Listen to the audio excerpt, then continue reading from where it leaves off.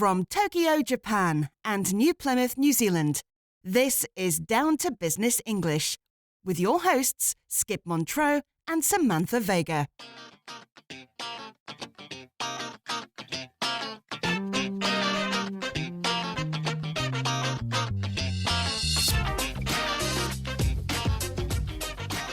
Samantha, I must tell you about a fantastic audiobook I have just finished listening to. You listen to audiobooks, Skip? I thought you were more of a reader. I enjoy reading, but when I'm commuting on the subways in Tokyo, I prefer listening to audiobooks. I just find them much easier to consume somehow. So, what is this fantastic book you've been listening to? It's titled Think Faster, Talk Smarter. How to Speak Successfully When You Are Put on the Spot. Catchy title. So, it's a professional development book? Professional development, personal development. I would consider it a bit of both. The author is Matt Abrahams, who teaches strategic communication at the Stanford Graduate School of Business. Impressive credentials. They are. And in Think Faster, Talk Smarter, he delves into how you can become a better spontaneous or impromptu speaker. Sounds like an interesting read. I will check it out. I highly recommend it. Although you are a professional voice artist, so somehow I think you employ many of the communication strategies he outlines in the book without even being aware of it. I don't know about that. Believe it or not, I'm not always comfortable networking in professional situations. I sometimes find myself at a loss for words, and I don't know what to say or how to engage. Well, definitely check out Think Faster, Talk Smarter. It has practical advice for all of that. It's available on Amazon, I assume? I'm sure it is, or you could just Google the title, Think Faster, Talk Smarter. Cool. There's also a podcast, Think Fast, Talk Smart, that is dedicated to helping people develop their communication skills. And that is for native English speakers? It's aimed at a native English-speaking audience, but I am sure intermediate-level ESL and EFL students would find it beneficial as well. Think Fast, Talk Smart, the podcast. I'll give that a listen too. Always looking at ways to build confidence when it comes to impromptu speaking. Confidence is such an important trait to have. It absolutely is. In business, in developing language skills, in almost everything in life, confidence is vital. Building confidence is also somewhat connected to today's business report. What are we reporting on today? Today on Down to Business English, we are going to report on an industry that is booming in the country of Turkey. A business boom in Turkey that is related to building confidence? What would that be? The hair loss treatment industry. Hair transplants? That is a thing in Turkey? It is. How's that related to confidence? Well, think about it. Male pattern baldness is very much connected to a man's self-confidence. It is? I thought height would play a greater role than a full head of hair. I know many bald men who do not lack confidence. Well, height is a thing too. But there isn't much you can do to increase how tall you are. Hair loss is treatable, and it is big business. Is it? It is. So let's do it. Let's get D2B, down to business, with Roots of Success, Turkey's hair transplant boom.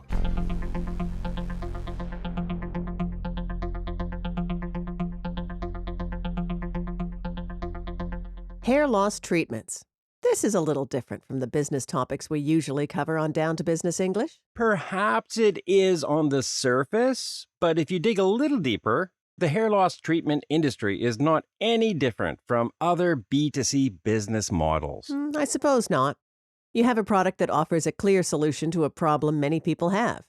Basic supply and demand principles would apply. Exactly.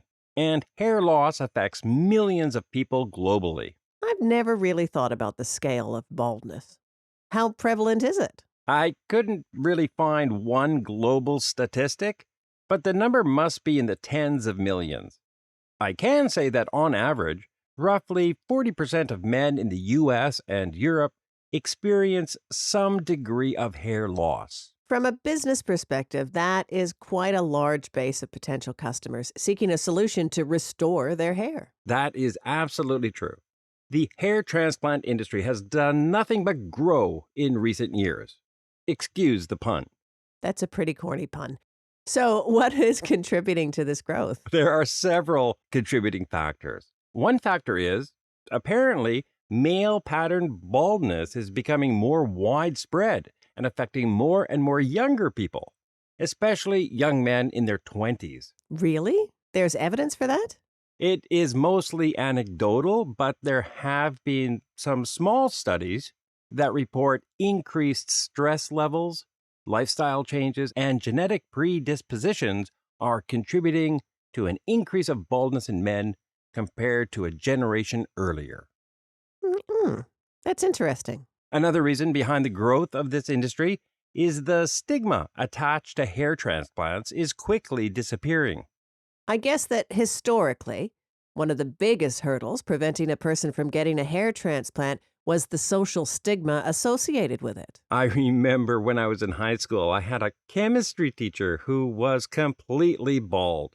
Then, one year, quite suddenly, after we all came back from summer holidays, he had a full head of hair. I'm not sure if it was a toupee or a hair transplant, but we all had a good laugh at his expense. That's terrible of you, Skip. Poor man. I'm not very proud of that, but it was a different time. Things have certainly changed, though. Elon Musk, Jamie Foxx, Gordon Ramsay, John Travolta, Elton John, Kevin Costner. You just have to Google famous people who have had hair transplants, and you can quickly see how popular hair treatment has become. Sure. The more people who do something, the more socially acceptable it becomes. But the biggest factor behind this growing market, again, excuse the corny pun, is improvements in technology. Transplant surgeons can now mimic how hair grows naturally using two advanced hair transplantation techniques. FUT, which stands for follicular unit transplantation, and FUE, follicular unit excision. Gone are the days of cheap hair plugs. Long gone. According to a survey conducted by the International Society of Hair Restoration Surgery, or ISHRS, the hair transplant market grew 157% between 2009 and 2019. In addition to that, the worldwide market for hair restoration generated $4.6 billion in revenue pre-COVID in 2019. And Turkey is now a major player in this market? Yes, Turkey has become a leading destination for hair transplants. Annually, there are around 1 million procedures performed in Turkey. And why Turkey? What has made it such a hotspot for hair transplants? There are several reasons. First, the cost factor. Hair transplants in Turkey are significantly less expensive than in other countries. What does a hair transplant run you in Turkey? Hair transplants can range between $1,500 to $4,000 depending on the number of follicle grafts required. Compare that to $5,000 to $20,000 in the US or Europe. What about in Japan? What would it cost there? How would I know? I have a great head of hair. Really? I think I've noticed your hairline receding slightly over the years. We've known each other for a long time, after all. What are you talking about? This hairline hasn't receded a millimeter since I graduated from high school. Okay, if you say so. But I'm sure you researched the cost of a hair transplant in Japan. I did. In Japan, you would be looking at $1,000,000 to get started, around $7,500 US. Turkey is clearly a less expensive option. It is significantly less. But it's not just about the cost. Turkey offers high-quality medical services. The country has a large number of specialized clinics and highly skilled surgeons who use those advanced techniques we mentioned earlier. Follicular unit extraction and follicular unit excision. Yes. Plus, the Turkish government regulates the industry to ensure high medical standards. So not only are hair plants low priced in Turkey, they are safe. But wouldn't getting to Turkey be a bit of a hassle? Well, it depends on where you are based, of course. If you were in Europe, it wouldn't be out of the question to make a trip to Turkey. But if you're coming from North America, Asia, Australia, or New Zealand, it's quite far. You'd have to take that into account when comparing prices. True. However, many clinics in Turkey offer all-inclusive packages that cover everything, from the procedure itself to accommodation, flights, and post-operative care. All of that would make it very convenient for international patients. Indeed. Traveling to Turkey for a hair transplant has become so popular that the national airline, Turkish Airlines, is now affectionately referred to as Turkish Hairlines. That's funny. It is. But from a business point of view, this is no laughing matter. There is serious money to be made, not just in hair transplants, but in the medical tourism sector as a whole. Is that right? When I think of medical tourism, I think Thailand, Mexico, and the Philippines. Turkey's not on my radar. In 2022, medical tourism generated $4 billion in Turkey. Half of that was hair transplants, but the other half was cosmetic surgery and dental services. And another $10 billion of revenue was raised in spa tourism, which is closely related to health. That doesn't surprise me, actually. I hear there's nothing more relaxing than a Turkish bath. I wouldn't know. I've never had one. In any case, it sounds like medical tourism, in general, is growing significantly in Turkey. It may not be a major part of overall GDP, but the government is certainly supporting it through initiatives like launching the Heal in Turkey internet portal and by providing financial support to health service companies. So they are trying to encourage it. According to the head of the Turkish Health Tourism Association, the immediate target is to reach $20 billion from medical tourism annually. Ooh, and that would be nothing to sneeze at. No, it wouldn't. And on that note, I think it's time for us to get D2V. Down to vocabulary.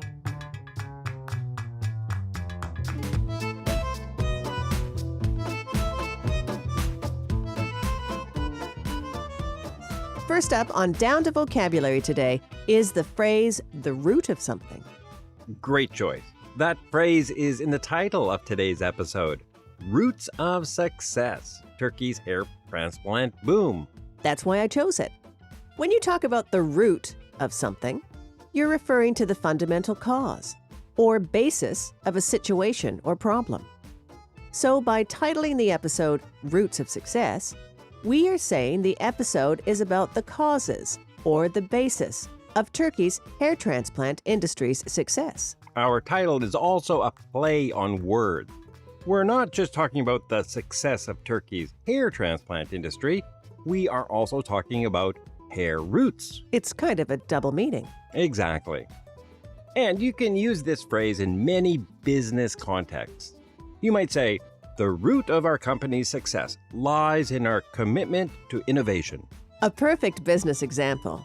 Here's another one. In order to solve a problem effectively, you must first understand the root of an issue. Isn't that the truth?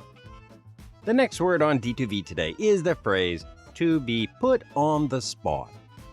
When you are put on the spot, you are suddenly required to do or say something with little or without any preparation.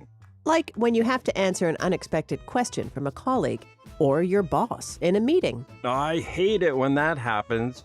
Oh, who doesn't? In the introduction to today's report, I was telling Samantha about the audiobook, Think Faster, Talk Smarter, I had recently listened to. The subtitle of that book is How to Speak Successfully When You Are Put on the Spot. In other words, Think Faster, Talk Smarter is a book that teaches you how to speak well in situations where you have little or no time to prepare. I was put on the spot in a meeting recently. Really? What happened? My boss asked me to give her an update on a project that one of my colleagues is taking care of.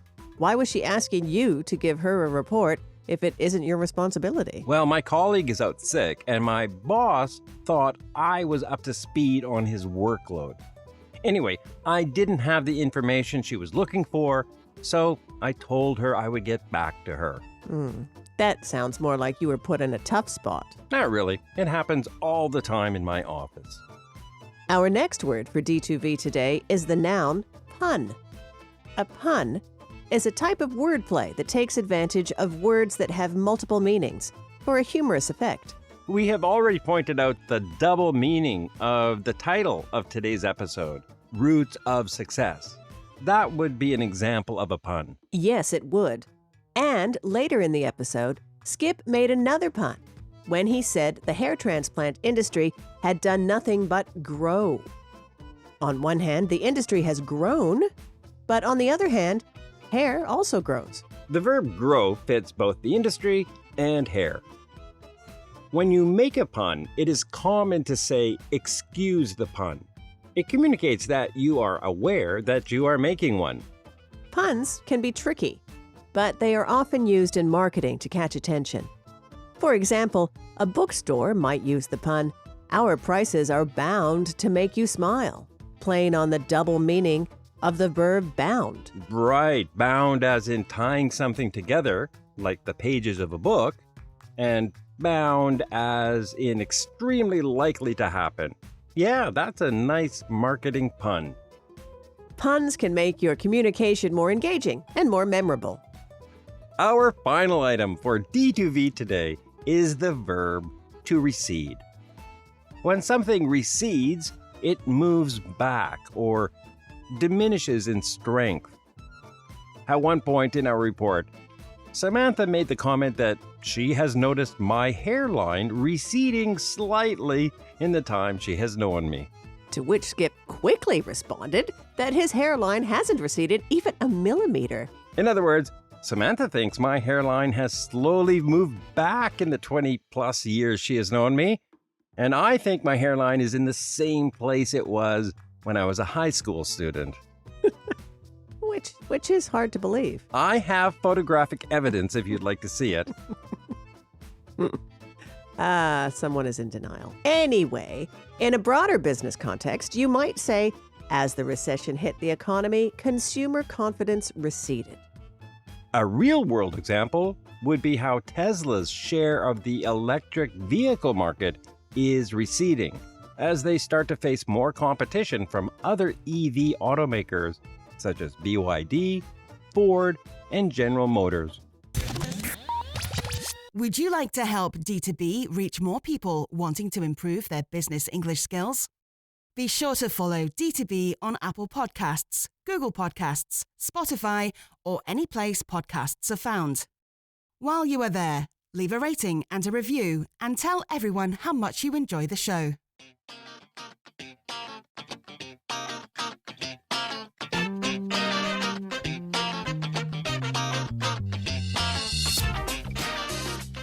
Interesting report on the hair transplant boom in Turkey, Skip. That was something I had no idea about. I thought it was interesting too. It only came to my attention recently, and I thought it would make a great down-to-business English topic. What brought it to your attention? Are you worried about your hairline? No, absolutely not. Someone told me about Turkish Airlines being referred to as Turkish hairlines, and I thought it was a funny pun. So I looked into the subject a little more. It is a good pun. D2B members, the bonus vocabulary for today's episode is in the pipeline and will be released on your members-only RSS feed very soon. The words and phrases we will focus on in that bonus D2V episode will be to be at a loss for words, on the surface, at one's expense, a hassle, and nothing to sneeze at. If you are a D2B member and are not already subscribed to your members-only RSS feed, be sure to go to your member account on the D2B website and get that feed. All you need to do is copy and paste it into the podcatcher of your choice. But not Spotify. For some unknown reason, the Spotify app does not let you add private RSS feeds. which is weird because every other podcatcher lets you do that. Apple Podcasts, Overcast, YouTube Music. Yes, it is weird. And if you are not a D2B member, do consider becoming one. As a D2B member, you receive all the bonus content, bonus vocabulary episodes, as well as member-only episodes. Not to mention access to our new interactive audio scripts. Which is a great way to listen to episodes and follow along with the script in real time. They are also a great tool for shadowing practice as well. They are. So that's bonus content, interactive audio scripts, and complete access to our entire audio script library of PDF. Not to mention, D2B memberships are a great way to support the show, and they really do help us produce more content on a regular basis. So, to become a D2B member today, just go to d2benglish.com/membership and sign up today. That's d2benglish.com/membership. Thanks for listening, everyone. See you next time. Take care. Have a comment or question about today's show? Don't be shy. Visit the D2B website or Facebook page and post any comments or questions there. Skip, Des, or Samantha will be sure to leave a reply. Down to Business English. Business news to improve your business English.